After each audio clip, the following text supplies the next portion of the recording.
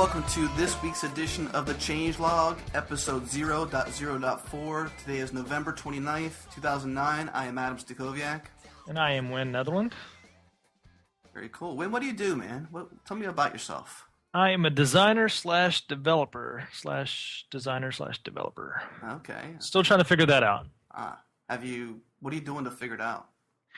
I am designing and developing. Oh, cool. And where can people find you and reach you and all that good stuff? Easiest way is to find me on Twitter at Penguin, PENGWYNN, and I blog at winnetherland.com. Like the country, right? Just like the country without the S, which usually I get, there's a country named the Netherlands. How cool. Yeah, very cool. Very cool. What about you, Adam? Oh, I run this company called Handcrafted. It's sort of evolving at this moment, but Handcrafted is my launch pad for doing, much like you do, design and development work. We're also dabbling in some social media work, obviously website building, design, all that good stuff. But I also do a podcast called the Web 2.0 Show. If you don't listen to it, you probably should. It's web20show.com. On Twitter, it's Web20 Show. And I do this great podcast called The Changelog with you, Win. And if you wanted to reach out to me on Twitter, you could at Adam Stack. And if you want to tweet us at The Changelog, it's Changelog Show. Yeah. On Twitter. Cool. We appreciate retweets and direct messages and polite, beautiful emails at hello@thechangelog.com. If you'd like to submit a story, you can submit it at submit@thechangelog.com. Very cool. Very cool. So what do we have? What's our lineup today? Oh, we've got a lot this week, which is surprising given it's a holiday week. But we've been busy this first full week on the Changelog. Yeah. First up, Google Chrome. Google Chrome. There's lots of stuff going on with Google Chrome. I think they just changed their name to... Well, they just announced changing it to Chromium OS because they're taking it from being proprietary to open source. Which is really awesome, and obviously why it's on the Changelog. A lot of stuff coming out of Google lately. We had our interview with Rob Pike this last week with Google Go, the new programming language, and he mentioned Chrome OS and that. Yeah. I like to, I was actually, even though we got listed on Y Combinator on the news site there, I was really happy to see that commentary back and forth on there. I mean, that was really pleasing to me to see people listen to the episode and kind of digest it, and then come back to Y Combinator and start commenting. Oh, absolutely. So you excited about Chrome OS? I was contemplating buying one of those Dell, V10s or whatever, those little netbooks. Little minis? Yeah, I mean, for just under $300, it's not a bad buy, and if you can get the operating system on there for nothing, for free, you've got yourself a portable, full-fledged, netbook. And, with what they're doing with Wave and what they're doing with other things, I have high hopes for what this, what's going to do. It's changing the game for sure. Now we're going to go into operating system wars and browser wars again, of course, and communication usages like, using Wave versus Twitter or Facebook or some other way to communicate. I'll be anxious to see how designers can sink their teeth into it and really make it look a little bit more aesthetic than the current demos that I've seen. They're really scaled back and lightweight as far as user experience. Have you seen any of the demos on YouTube? I've seen some of them. They all seem, they're okay, I suppose. They do have some user interface experiments listed on the Chromium OS site, which you can go to chromium.org and browse around there. There's a couple links there for it. Not too bad. I think it's it's a developing product. What's cool about it though is that it is open source, and that if you don't like the design of things, you can volley up a new design. You can always fork it. Yeah, fork it. Well, actually, here you can't because they do all their source code management with Mercurial, right? Right. And that's one thing.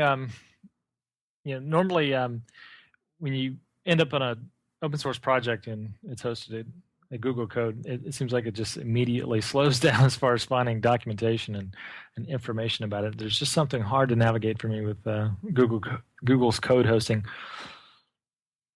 I much Yeah, prefer GitHub or yeah. any of those.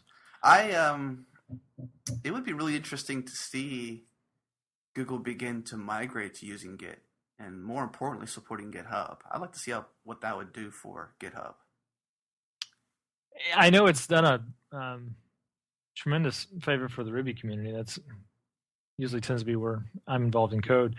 To be able to fork projects and submit patches, and it's really effortless for project maintainers to take code from other people from the community and integrate it back into the main line effortlessly. A lot easier than a Subversion and some of the other tools out there. And yeah, I'd be interested to see what some of these projects that are hosted on Google Code could do if they did make the jump to Git. Yeah. Well, I guess one disclaimer too about before we move on from Chrome OS or Chromium OS or whatever it really becomes, because right now it's being called Chromium OS, but still, I guess news sources are still headlining, Google Chrome OS because that's a good, powerful headline. But one thing to keep a note of is that it's actually not ready for consumers to use. It's still in this developer only stage. But and I think they're going to find that confusion lag a little bit, just because in some of the demos that I've watched on YouTube, the Google guys themselves have made the comment that Chromium is Chrome. Yeah.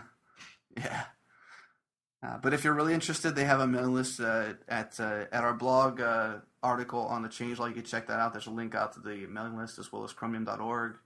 The code base. Actually, you know what? I'm going to take that back because I'm looking at our article and I didn't even think about it. But the code base for Chromium OS is in Git. Is it really? Yeah. Go look at the article.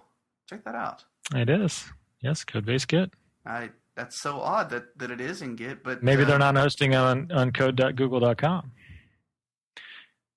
Because that was one of the points that Rob made last week. Yeah, he was like, that's why we do it, because Google Code doesn't support Git; it supports Mercurial or SVN. And yeah, they got their own. It's at source.chromium.org, src.chromium.org. Interesting. Awesome. I wonder why we'd have to talk to them. Maybe we can get an email over to them and ask them why they chose Git. That's really interesting. Maybe that's a portent of things to come. Maybe. What's up? What's next then? Handbrake 094 release with 64-bit support. You big Handbrake fan? I actually am. Yeah. I back up all of my DVDs. I actually do it a unique way instead of. I don't know if it's a unique way. I have a specific setting in my Handbrake. I pop my DVD in. I pull it up. I choose a specific setting and I dump it to one file. And I used to do it to the MKV format, which I'm sorry, I don't recall what that shorthand's for, but now I actually do it to .mp4, I think is what it is. Let me confirm that. Find a lot more compatibility with the MP4 than the. Well, what I like about it is that it opens up in QuickTime, especially this newest QuickTime in Snow Leopard, super fast, and it also takes all the chapters of the DVD and puts them right there, so I could just jump. In QuickTime, I could just jump from chapter to chapter. So it while you're backing it up to one file, and it does shrink it significantly down from like 4 or 5 or 7 gigs down to like usually around a gig or a little bit more. So if you're someone like me who's a fan of Drobo and you have a Drobo in your house, so you have like one store for these things. I have one store for all my movies, both kid movies and adult movies, not like those kind of adult movies. Get your mind out of non-cartoon movies. Yeah, non-cartoon adult movies. I'm dumping those to one file, and I'm saving huge space. And I have Boxy running on a Mac Mini sitting right there in the living room. Jennifer and I both use the Boxy app on our iPhones because we both have iPhones. So it gets really easy to break away from Comcast and those cable people, and not that they're bad. It's just mainstream TV is so 2006, man. It's 2009. Let's go. I've seen your setup with Drobo and some of the other apps that you use. It definitely needs to be a blog article on adamstacoviak.com as my home media setup, because you've got the most methodical library system for updating all your media that I've ever seen. I'll do that for sure. Actually, it's .m4v is what those dump out to from, and those are compatible with is that right? M4v? Yeah, that's right. Yeah, M4V. Well, I'm looking at some of the file names. M4V is one of them, and MP4 is another one. But I think it dumps out M4Vs. And the average file size, I'm looking at them, let's see right here. Curious Case of Ben Button was 2.6 gigs. Blood Diamond was 2.2 gigs. 51st States was 1.5 gigs. So you're kind of seeing a picture. It's around a gig and a half versus 5 gigs, so that's a nice backup. And you can't see a difference. And I can only imagine, I haven't tried out the 64-bit Handbrake that they just released yet. And the cool thing about what's happening here is that instead of taking 2 to 3 hours to dump out your one file, it's actually doing it almost in real time DVD time. So you're probably getting around the actual time of the actual movie. Like the encode time is significantly less, 10% faster. You know what makes this story newsworthy for the guys out there listening is it's been such a long time coming for a Handbrake release, and this changelog shows over 1,000 changes. Wow, that's insane. And remember, boys and girls, Handbrake is only to be used to make legal backups of media you already own. Absolutely, yeah. Why would you? No, don't do anything like that. Don't steal. Don't steal. All right, let's move on. What else we got? One of your stories: functional Cocoa applications using WebKit. Well, I'm a fan of Henrik. Forgive me, I don't even know the fellow's full name. I'm gonna jump out the Twitter real quick and check it out. Henrik Nye. Hopefully, I said that right. He's somebody I've been a fan of for a while. He actually forked has a popular fork of Jekyll that supports Haml, which is where I kind of noticed him at. Plus, he also runs this very cool blog with a pug sitting there. It's a pug drawing that I think his girlfriend did it. A little off topic, but it's called the Pug Automatic. So he has a very good blog. You can check him out, henrik.nyh.se. Jekyll meaning the static page generator? Yeah. Tom Preston Warner's TP Dubs is his awesome blog-aware incarnation called Jekyll. Very, very cool. But, the reason why I post this was simply because Henrik talked about it, and I gave him a hat tip on the blog. And I figure if it's noteworthy to him, it's noteworthy to us. And his tweet was Cocoa UI looks was it Coke UI? Coke UI looks interesting. Cocoa apps using WebKit makes you want to code a decent kiosk. So I imagine if he's looking at it, it's newsworthy, and why not? I don't actually use Cocoa, so WebKit seems to be everywhere these days. Yeah, it's doing lots of good stuff. It's behind Safari, behind a number of projects out there. Do you ever download the WebKit nightlies? No. I do this, and they have the Sparkle update engine that's popular in a lot of Mac OS applications. I was glad when they implemented that feature so that you don't have to manually pull down the nightlies anymore. But it's really fun to see the progress of the WebKit engine that powers Safari on a nightly basis to see what CSS3 support that they're adding. Cool. If you get a chance, do that. Yeah, well, I'll make sure I do. I'll let you know when I do, and if I have any questions, I know where to reach you because you told me earlier. At Penguin. There you go. That's right. What's next? We got Rails 2.3.5, and this is a minor release that has some XSS vulnerabilities patched in it. Thanks to Mike Gunderloy at afreshcup.com for giving us the unofficial changelog on this one, since the Ruby on Rails site was a little slow to get the nodes out there. Mike does a number of things in the Ruby community to promote Rails and bring people into the community, but kind of begs the bigger question: where's Rails 3.0? Right? We were promised this at RailsConf this year, and still haven't seen it. I'm sure that they're doing something awesome, and it just takes patience. Hopefully, it'll arrive before the next version of TextMate. Yeah. Or Expression Engine. Yeah. Those are two promised next versions too.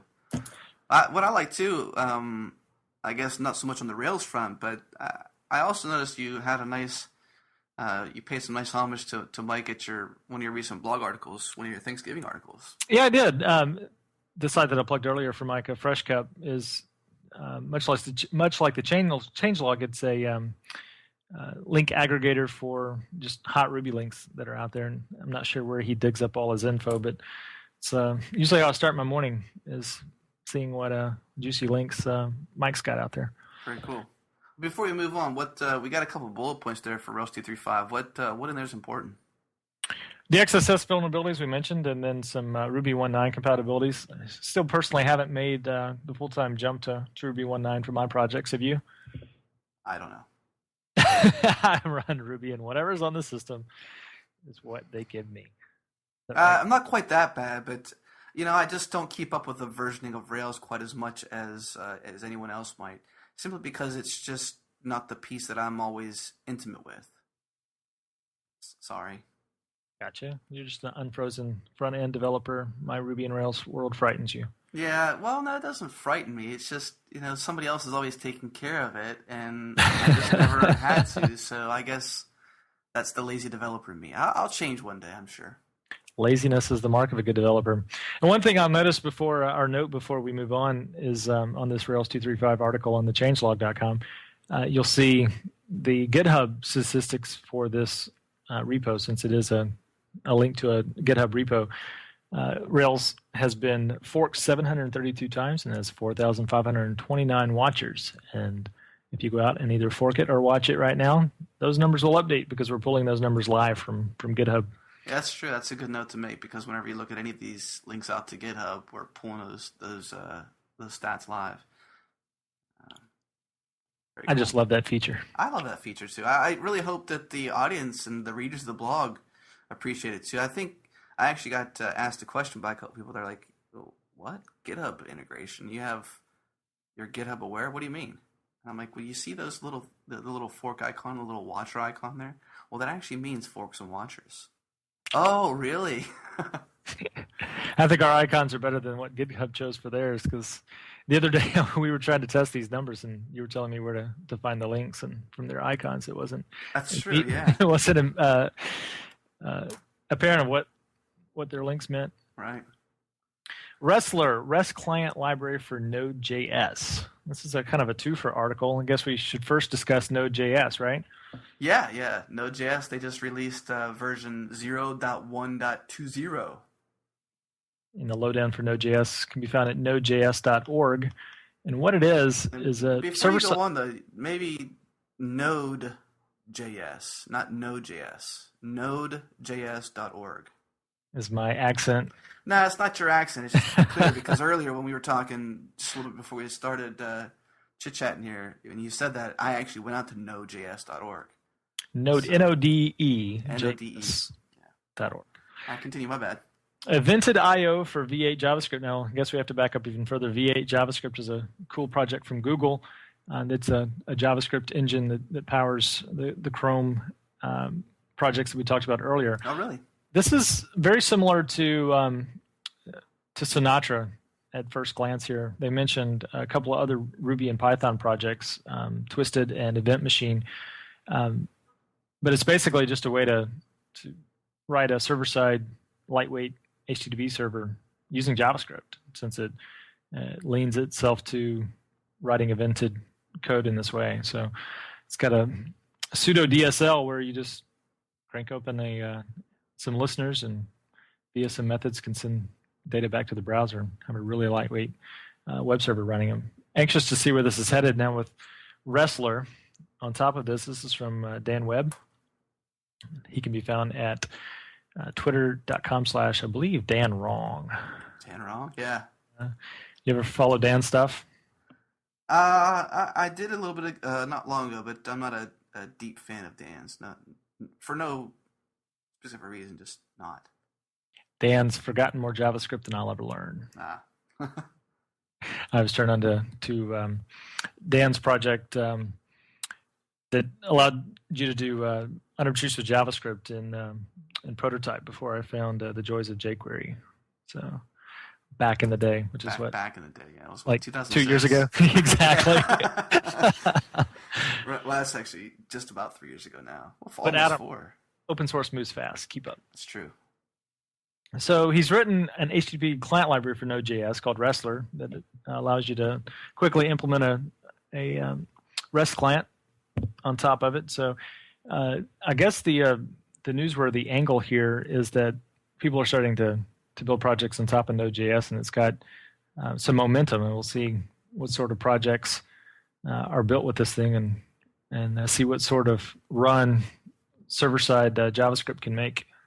Yeah, ever since we posted this story too, the watchers have gone up significantly. I think it was like, what would you say? It was like 10 watchers, 8 watchers at first. Now it's Yeah, like it was. 38.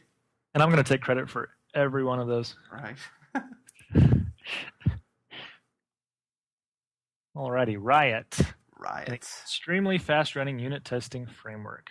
This is one of yours. Yeah, I'm gonna steal some thunder, but I'm a big fan of Jeg2 on Twitter, also known as James Edward Gray 2, the second, I guess. He's written some books that I've read. I've actually read half of his Power Editing with TextMate book, and I'm a fan of his blog, even though I'm not much of a Rubyist. I think the guy is super passionate about writing awesome Ruby code. He's somebody that definitely is noteworthy in the community. Every event I've ever been to that's involved Ruby, I guess LS Lone Star Ruby Conference, I've seen him there. He spoke at both of them, so he's respecting the community. He posted this on Twitter, and simply because he's following it, he said, "I make commits to Riot and Colorize today, and once there are brand new releases of both, and Riot will be promoted to my favorite Ruby testing library." So I figured, if he's talking about it, it's newsworthy, right? Why That's not? a crowded landscape, so that's quite a statement. Yeah, figured if he's talking about it, why not? Ruby testing is, like you said, it's a crowded landscape. There you go, Riot.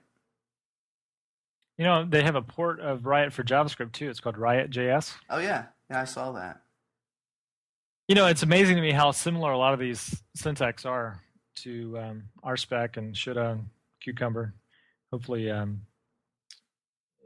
we can mix and match a lot of these vocabularies and use them interchangeably. And it doesn't really matter what's doing the testing under the hood. It's the fact that we are testing and we're kind of maturing as an industry. Actually, it's kind of funny though that you mentioned shoulda and even RSpec, because if you go and check out if you go to the link from that blog article over to GitHub and check out the actual README file, he goes in and talks about oh my God, why'd you write this? And so he's even got some background. You start a new project, you get all excited. I'm reading verbatim, by the way. You're adding new tests, you're adding factories, you're adding this, you're doing that. And before you know it, you got 3,000 plus lines of test code, 2,000 assertions, and things are getting slower and slower. So the point of testing, and even TDD or test-driven development, you're trying to start with tests before you even really get into your code, right? So you've got all this stuff that's preventing you from, I guess, getting to actually coding, right? And if that slows down the process, or if that becomes more complex than it should be, you got some failures there. So I think he took a step back and said, well, what should we do? And this is the solution to, shoulda, RSpec, and it's awesome. Well, check it out. Check it out. Thor Gets, another one that got you excited. Make development easier. Yeah, I took a peek at this, and one thing that I liked about Thor Get was that obviously that Thor is, really easy to use. Like you said, if you can write a Ruby class, it's pretty easy to write a few different Thor commands and Thor tasks. Thor is from YCats, Yehuda Cats. Yeah.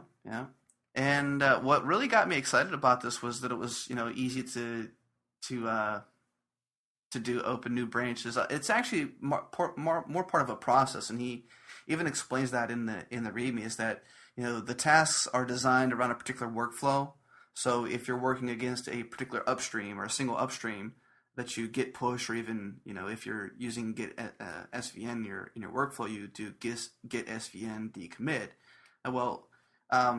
In this workflow, master's typically your upstream, so it kind of defines a certain workflow, and this is the workflow I think I follow. Right, if you're going to make a change, you branch, you make all those changes against that branch, that topic branch as they call it, and when you're ready to take that back into the mainstream, back into master, there's a certain process. So you have these git commands that obviously let you do that, but with these Thor commands, it makes it really, really simple to do. So you just say Thor git : open to open a new topic branch. You do some naming there. And then when you're ready to go back to master, you just say, obviously, git or Thor git : close, and then name the branch. So it's got a nice little process there. It's really neat. I like writing these Thor scripts because I'm not much of a bash command line guy. Right. But I can write Ruby, and so it's opened up a whole nother world of scripting for me. And I love the way that you can install these Thor scripts directly from GitHub just by passing the URL to the script and passing the raw equals true, which will tell GitHub to serve up just the raw text. Pretty neat stuff. Something that actually didn't make it to the changelog blog, but should probably be mentioned. There was a couple other Thor tasks on GitHub that I sort of hunted down that led some additional functionality to what this Thor Git is doing. Like I think that there's obviously there's no GitHub support with this, but it's favoring a certain Git workflow. I think that's why maybe why those things aren't in there. If you want to find neat Thor scripts for your just your own use, just do a GitHub search for Thor, and you'll find a lot of folks will have a Thor task or a Thor scripts repo that has a number of Thor scripts in there, and usually arranged by topic and file. Yeah, very cool. Alrighty, I believe last up this evening is ROaR, Ruby Rack Rails Application Server. So yet another Ruby stack. Yet another. Well, let's just rewind. How many have we seen since we started? At least I started Ruby development back in 2006. WebRick. Yeah, WebRick was the first one, right? Mongrel, and then we had Thin. Thin, yeah. Passenger. Passenger, which I'm still on Passenger. For the most part. Currently using Passenger. Unicorn's another player in this space that's getting some press lately. Yeah, and that's actually, I'm glad you mentioned that because they have some benchmarks they point to that are pretty significant. It shows how ROaR is kicking some butt over some of those ones we mentioned, and they are based on their benchmarks, so they encourage you to do your own benchmarking and try to prove them wrong. But they left Unicorn out, and Unicorn, from what I understand, is super, super fast. I have, I guess the only experience I've had with Unicorn is when GitHub is pissed off, and I see that rainbow unicorn that looks quite angry. You ever seen this? Yeah, I think I've caught that once or twice. Yeah, but I see it less and less, especially now that they're at Rackspace. It seems to be running pretty smoothly since they moved over. Should also be mentioned too that there's a hat tip to let me try and say his name the right way. I even had a hard time saying it when we interviewed him on the Web 2.0 show. Ilya Grigorik, is that right? I believe that's right. Yeah, so he runs PostRank, real notable in the community, won a Ruby Hero Award 2 years ago. Super, super guy. So I saw him tweet about it, and I thought, hey, if Ilya's talking about it, he says it's pretty promising, so why not pull it into the mix? It's brand new. It's only been released, I think, a couple weeks at most. So it's nice to see people trying to make this environment faster, because I think, one of the biggest things we hear, right, is Ruby Rails can't scale, right?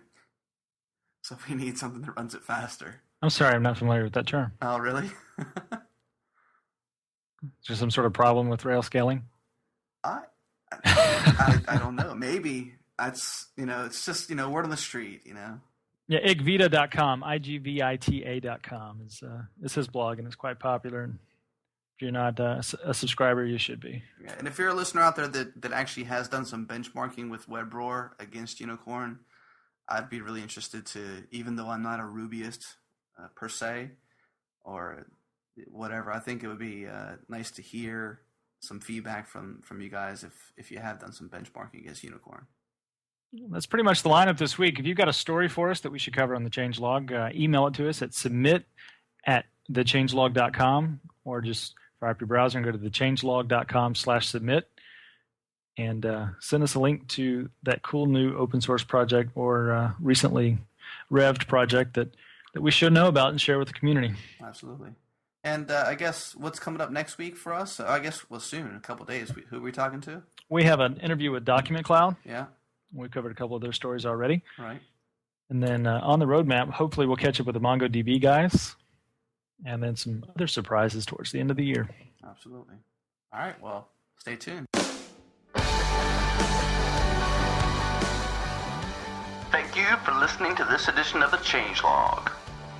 Be sure to tune in weekly for what's fresh and new in open source.